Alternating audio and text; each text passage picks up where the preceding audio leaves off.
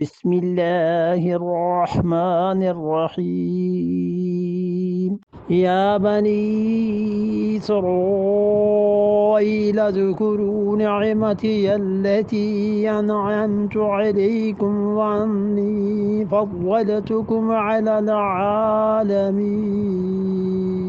بحث بنی اسرائیل کی ختم ہوئی، اور ٹھیک جس طرح اللہ نے اس بات کو شروع کیا تھا، بس دیکھ لیجئے وہ جگہ کون سی تھی اور یہ آخر پہ کہاں آئے. کہاں سے شروع ہوئی تھی بھئی بنی اسرائیل کی بحث؟ اس مقام کو نکالیے.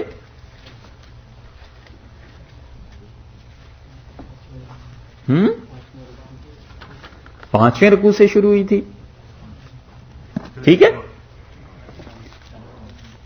47 نمبر آیت سے شروع ہوئی تھی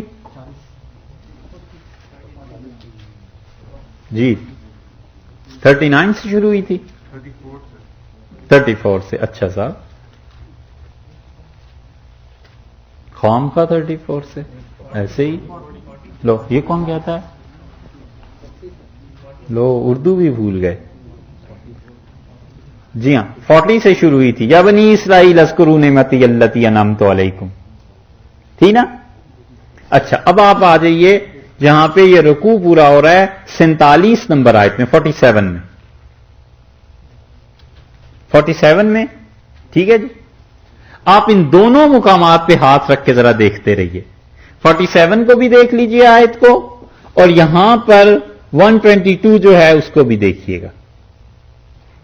یا بنی اسرائیل اذکروا نعمتی التی انعمت علیکم، یہی الفاظ وہاں بھی آ گئے. اے بنی اسرائیل یاد کرو اللہ کے اس انعام کو جو اللہ نے تم پہ کیا ہے.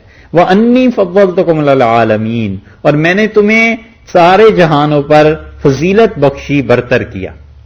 ٹھیک یہی آیت وہاں بھی آ گئی، یہاں بھی آ گئی، ٹھیک ہے.